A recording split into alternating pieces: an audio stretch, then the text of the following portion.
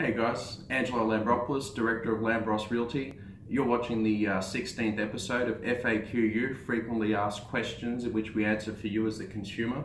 And today I want to talk about, obviously renting out by the room, which is becoming increasingly popular. But as with everything, there are risks involved and things you need to be wary of, but can be quite lucrative. So I guess what we're getting at here is renting out by the room is, you've got a 5-bedroom property. Instead of leasing it out to, one lot of tenants, you're leasing it out to 5. So in theory, it works like this. So let's use an average 5-bedroom home. You can lease it out for, say, $750 per week. On the flip side, if you're in a position where, there's a uni campus close by, you can perhaps look at renting out the property individually, the rooms, I should add, in which case you'd be getting, let's say $200 per week, 5 rooms. That gives you $1,000 as opposed to your $750 per week. So in theory, it sounds great, but in practice, there's a few things you need to be wary of. So first thing is you need to be wary and you need to be aware of security modifications, okay? So naturally, nobody's going to want to lease a property unless they have their own set of locks on the door, and obviously you'll need to provide them with a main key into the dwelling as well. So you've just got to be wary that for security purposes there will be some expenses there. You'll also perhaps need to provide locks for kitchen cupboards and whatnot, so each tenant has their own set of utensils. The other thing to also be wary of is furnishings. With that, you'll need to make sure, and where this does work best is, using the 5-room example, you've got 2 separate living areas. You also want to make sure that with the furnishings as well, you've got bar fridges in each individual room, again, which starts creeping up and becomes another expense. That's 5 lots of bar fridges. The other thing you also need to be aware of is the electricity and water. So obviously this will come out of your gross rent. Seeing as there's 5 separate tenants, it's going to be very hard to gauge. Number 4, the other point to obviously take into consideration is the cleaning and maintenance. Highly unlikely you're going to get 5 different sets of tenants that are going to do their own cleaning. Can get quite messy. So, if you hire, let's say, an external cleaner, that'll come out of your gross rent as well. Alternatively, if you're looking at this sort of strategy to keep the cost down, you may very well have the time to do it yourself. So, something to consider there. Then you've got the general wear and tear. So, with the wear and tear, you've got 5 separate parties living in the investment property.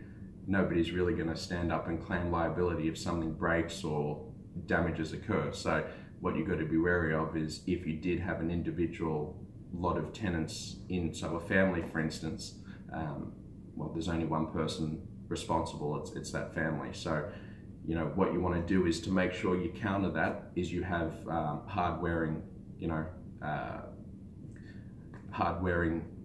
furniture, and like for instance, instead of putting carpet, you'd have tiles, because carpet wears down quite quickly.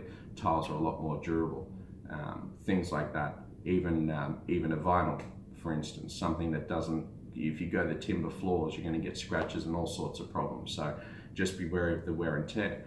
Another key point to remember is vacancy rates are generally higher with these sort of arrangements. They appeal more to students, student accommodation, as I said earlier, people with, close to a university campus and whatnot. So you've got to be wary of the downtime. You also run the risk there of, you may get, within the property there may be people that don't get along, again, which will lead to your vacancy rates. The other thing, of course, to consider, and the other hidden costs, is your landlord insurance. So what you've got to understand here, because you've got 5 separate tenancy agreements, you're going to have 5 different insurance premiums.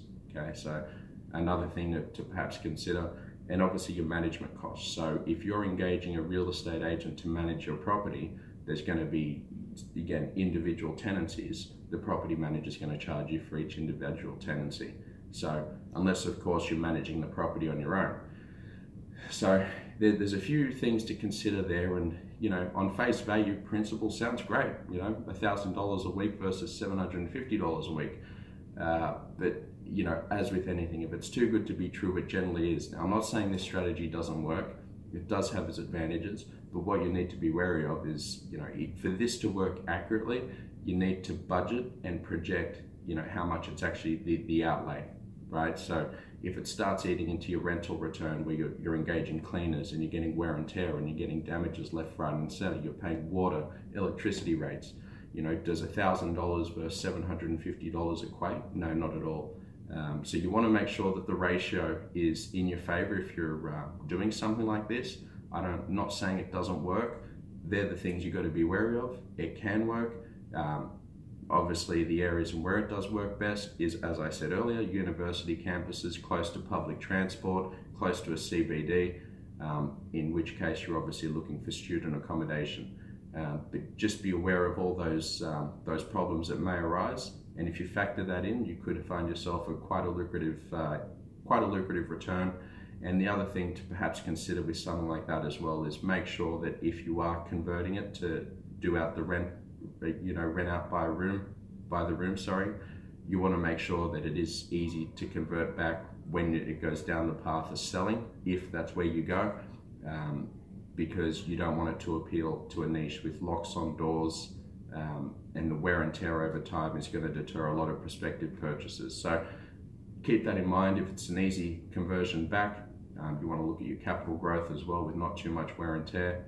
Inevitably, when you get high changeover and you get different lots of people tenanting the property on a regular basis, wear and tear will occur. So just be wary of those things. Again, my name's Angelo Lambropoulos, Director of Lambros Realty. If you have any further questions on this topic, please feel free to email me at info@lambrosrealty.com.au. Visit me at the office, being shop 2/132 Shepherds Drive, Cherrybrook. We're at Appletree Shops.